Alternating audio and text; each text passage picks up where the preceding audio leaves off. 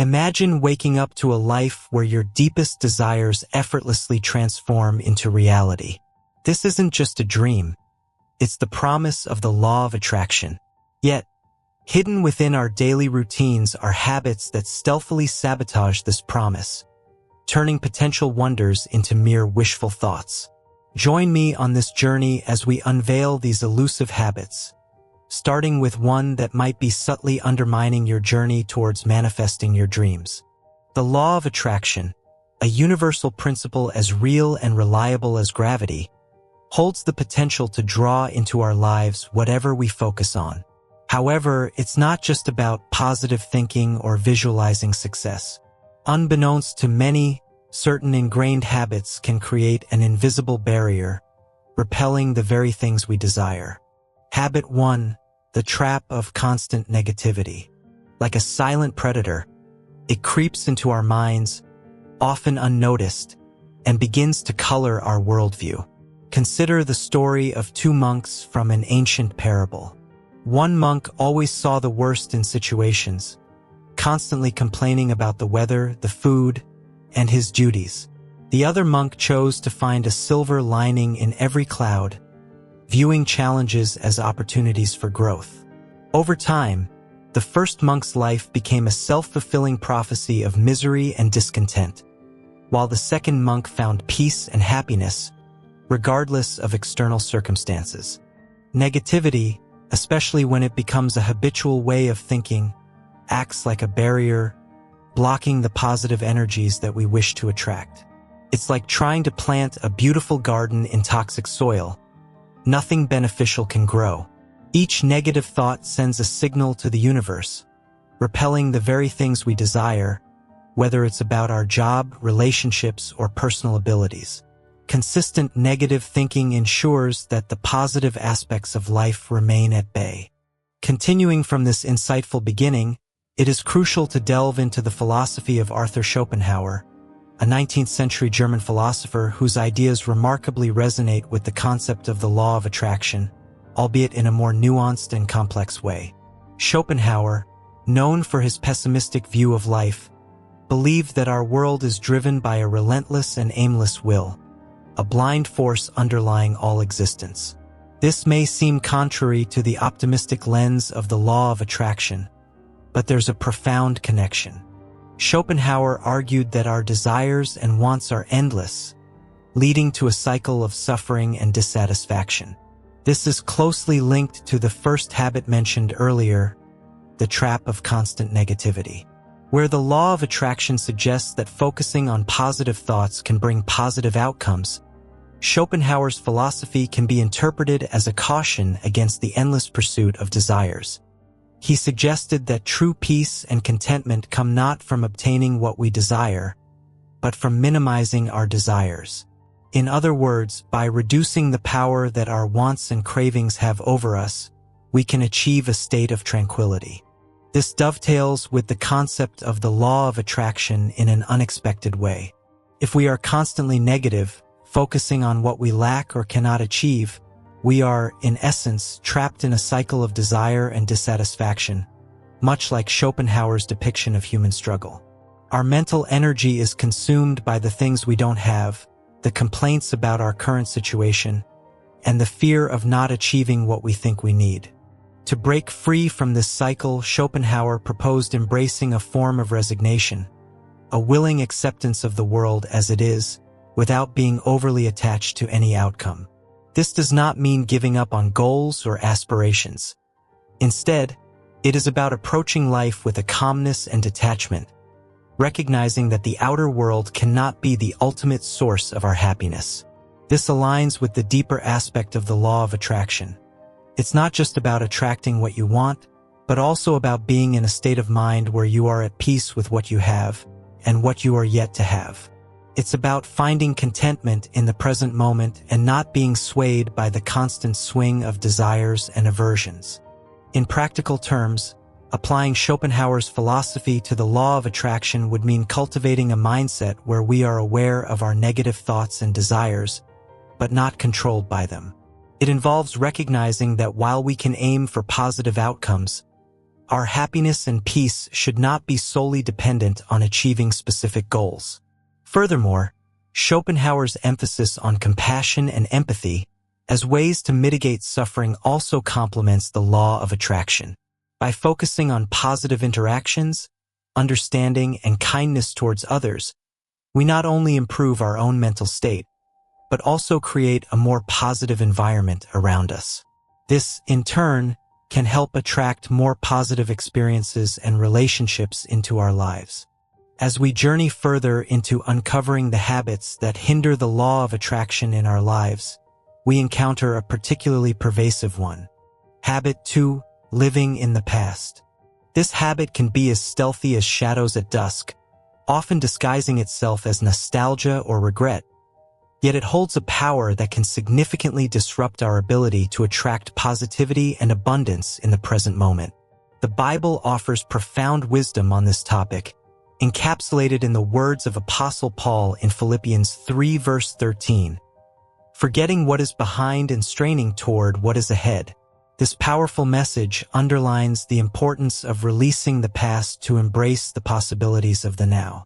Similarly, the philosopher Soren Kierkegaard noted, "Life can only be understood backwards, but it must be lived forwards." These insights converge on a singular truth. Dwelling in the past shackles us to memories and experiences that no longer serve our present journey. Living in the past manifests in various forms. Clinging to old glories, ruminating over past mistakes, or longing for days gone by. Each of these forms creates a mental barrier, preventing us from fully engaging with the present. Like a boat tethered to a dock, we may find ourselves unable to sail into new horizons because we're too tied to where we've been. But how does this habit impact the law of attraction? Simply put, the law of attraction responds to our current energy and focus. When we are fixated on the past, our energy becomes stagnant, unable to resonate with the dynamic possibilities of the present. This misalignment means we are not fully open to receiving new opportunities or experiences. We are, in essence, trying to move forward while looking backward. This brings us to the realm of existentialism, a philosophical movement that emphasizes individual freedom, choice, and personal responsibility.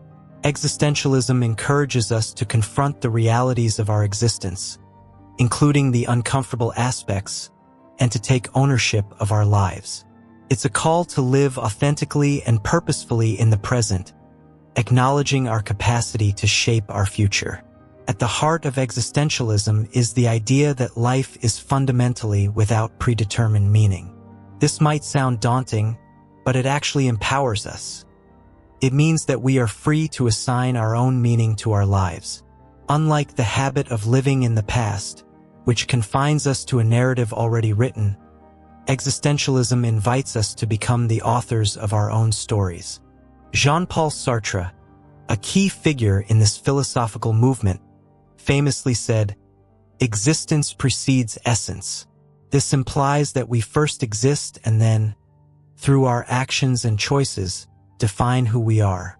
In other words, our identity is not fixed, but is continually shaped by how we live in the present moment. This aligns with the law of attraction as it underscores the importance of our current thoughts and actions in shaping our reality. Existentialism also addresses the concept of bad faith, which is essentially living inauthentically by denying our freedom and responsibility. Living in the past can be seen as a form of bad faith. When we are preoccupied with what has been, we avoid facing the freedom and responsibility we have in the present. We deny ourselves the chance to create a meaningful now because we are too busy reliving a time that no longer exists. Another existential concept is angst, often described as a deep and profound anxiety about one's freedom. While it might seem negative, angst actually serves a vital purpose. It's a reminder of our freedom to choose and the weight of our decisions. This anxiety can be a powerful motivator to live more deliberately and consciously, making choices that align with our true desires and values. Albert Camus, another existential philosopher, discussed the absurdity of life and the human quest for meaning in a seemingly meaningless world. His work suggests that, even though life may seem absurd, we can still find value and purpose in our actions. This resonates with the law of attraction, as it implies that our power lies in our ability to give meaning and direction to our lives through our focus and intention. To integrate existentialist principles into our lives, we can start by becoming more aware of our thoughts and actions. Are we focusing on past events, or are we actively engaging with the present? We can practice mindfulness to stay grounded in the now, making conscious choices that reflect our true desires and aspirations. By taking ownership of our present, we empower ourselves to create a future that resonates with our deepest values and ambitions. Now, we turn our focus to a habit that is often overlooked, yet crucially impactful. Habit 3, overanalyzing and overthinking. This habit, while seemingly benign, can act as a formidable barrier to attracting the positive outcomes we desire in our lives. Imagine the mind as a garden. In this garden, thoughts are the seeds. When we overanalyze, it's as if we are constantly digging up these seeds, examining them, and questioning their potential to grow. This constant interference disrupts the natural process of growth and fruition. Overthinking breeds doubt and uncertainty, which are energies that contradict the essence of the law of attraction.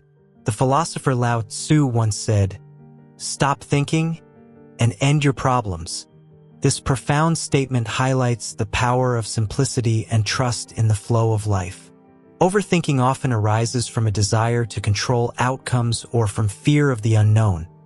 It's an attempt to mentally simulate every possible scenario, leaving little room for the spontaneity and magic of life. So, how do we step out of the cycle of overthinking and align ourselves with the law of attraction? The key lies in learning to trust the process of life and embracing uncertainty. It's about cultivating faith that the universe has a way of unfolding that is beyond our immediate understanding. One practical approach is to engage in activities that bring us into the present moment and help quiet the mind. This could be anything from painting, gardening, playing a musical instrument, or even cooking. Such activities absorb our full attention and bring a sense of flow, leaving little room for overthinking. Another effective strategy is to practice letting go. This involves consciously recognizing when we are overanalyzing a situation and choosing to release it. A helpful technique is to write down the thoughts or concerns, acknowledge them, and then physically destroy the paper as a symbolic act of letting go. Continuing with this train of thought, embracing the habit of letting go is not just about releasing specific thoughts or worries. It's also about surrendering to the rhythm of life. This means accepting that not everything can be planned or controlled. Life, in its essence, is unpredictable and full of surprises. When we accept this, we make room for new experiences and opportunities that we might have otherwise missed due to our preoccupation with overthinking. Letting go also involves embracing imperfection.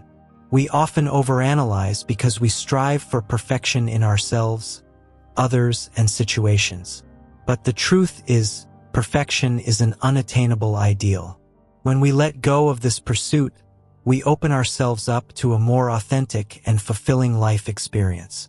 This doesn't mean we stop striving for excellence or improvement. Rather, it means we acknowledge our efforts and accept the outcomes, whatever they may be. Now, let's delve into the fourth critical habit that can significantly hinder the effectiveness of the law of attraction in our lives. Habit 4.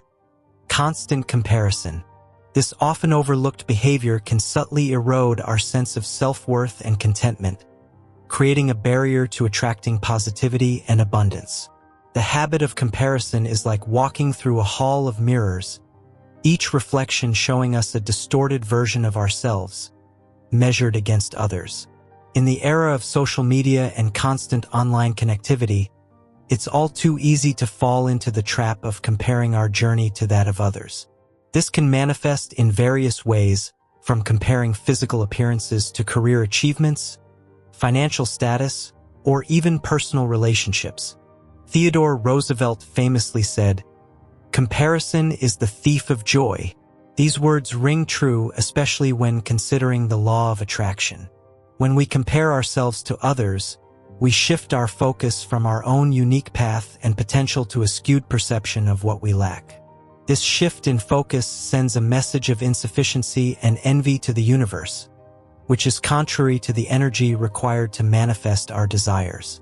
To break free from the habit of comparison, the first step is to cultivate self-awareness. Recognize when you're comparing yourself to others and pause. Remind yourself that each person's journey is unique, and comparison only serves to distract from your own path. Continuing with this exploration, it's important to bring in the perspective of a philosopher who deeply understood the nature of human contentment and the pitfalls of comparison. Epicurus. Epicurus, an ancient Greek philosopher, founded a school of thought known as Epicureanism, which offers valuable insights into how we can avoid the trap of constant comparison and foster a life of true happiness. Epicurus taught that the key to happiness is the pursuit of simple pleasures, understanding the natural world, and cultivating friendships. He believed that happiness comes from within and is largely dependent on our attitudes and perceptions rather than external circumstances or possessions. This philosophy aligns perfectly with overcoming the habit of comparison. Epicurus argued that unnecessary desires, such as the desire for wealth or fame, often lead to dissatisfaction and unhappiness. In the context of the law of attraction, this means that focusing on what we don't have, which is often highlighted by comparing ourselves to others, detracts from our ability to appreciate what we do have. According to Epicurus, by simplifying our desires and focusing on the essential needs of life, like health, friendship, and peace of mind, we can attain a state of tranquility and joy, free from the turmoil of constant comparison. Now, we address the final habit, a critical but often neglected aspect that can drastically undermine the law of attraction. Habit 5. Ignoring intuition. Intuition, that inner voice or gut feeling, is a profound guiding force in our lives. When we dismiss it, we turn away from an essential tool that helps align us with our true desires and the universal flow of abundance. Intuition can be seen as our internal compass, directing us toward choices and paths that resonate with our deepest selves. It's a unique blend of emotional intelligence and subconscious awareness, offering insights that transcend logical reasoning. However, in the fast-paced, rational world we live in, this subtle voice is frequently drowned out by the noise of logic, societal expectations, and self-doubt. Ignoring intuition is akin to sailing a ship while disregarding the compass. Without this guidance, we often find ourselves adrift, making choices that don't truly align with our innermost desires and values. This misalignment sends mixed signals to the universe, muddling our ability to attract what we genuinely want in life. The importance of intuition has been recognized across various cultures and philosophies. In Hinduism, the concept of buddhi relates to the intellectual faculty and intuitive intelligence, guiding individuals towards higher wisdom. Similarly, the philosopher Socrates famously referred to his inner voice, or demon, as a source of guidance that he would not dare to ignore. Carl Jung, a renowned Swiss psychiatrist and psychoanalyst, made significant contributions to our understanding of intuition. He viewed intuition as one of the 4 major functions of human consciousness, alongside sensation, thinking, and feeling. Jung posited that intuition is more than just a spontaneous feeling. It's a perception of realities that are not immediately apparent to our senses or reasoning processes. Jung's perspective on intuition emphasizes its role in connecting us with the collective unconscious. This concept, central to Jung's analytical psychology, suggests that there is a part of our unconscious mind that is shared among all humans, comprising universal experiences and archetypes. Intuition, in Jung's view, acts as a bridge to this collective unconscious, allowing us to access wisdom and insight that go beyond our personal experiences and knowledge. In practical terms, Jung believed that tapping into our intuition enables us to perceive possibilities and understandings that might otherwise elude us. For instance, when making a decision, our logical mind might weigh the pros and cons based on known facts and past experiences.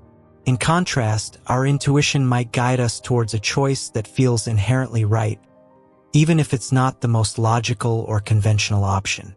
To cultivate and harness intuition, Jung suggested several practices. Firstly, he emphasized the importance of self-reflection and introspection. By regularly taking time to look inward and explore our thoughts and feelings, we can become more attuned to our intuitive voice. Jung also advocated for engaging with our dreams, as he believed they are a direct expression of the unconscious mind and a rich source of intuitive wisdom. Another key aspect of Jung's teachings is the concept of individuation, the process of becoming aware of oneself and integrating different aspects of one's personality. Individuation involves acknowledging and balancing the various facets of our psyche, including those we are less conscious of. By undertaking this journey of self-discovery, we become more connected with our inner selves, thereby enhancing our intuitive capabilities. Jung's insights into intuition offer a profound perspective on this often misunderstood aspect of human experience.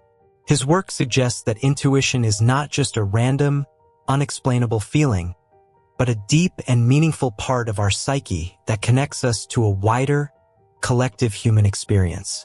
By embracing and honing our intuitive abilities, we can make decisions that are more aligned with our true selves and the universal energies that govern our existence.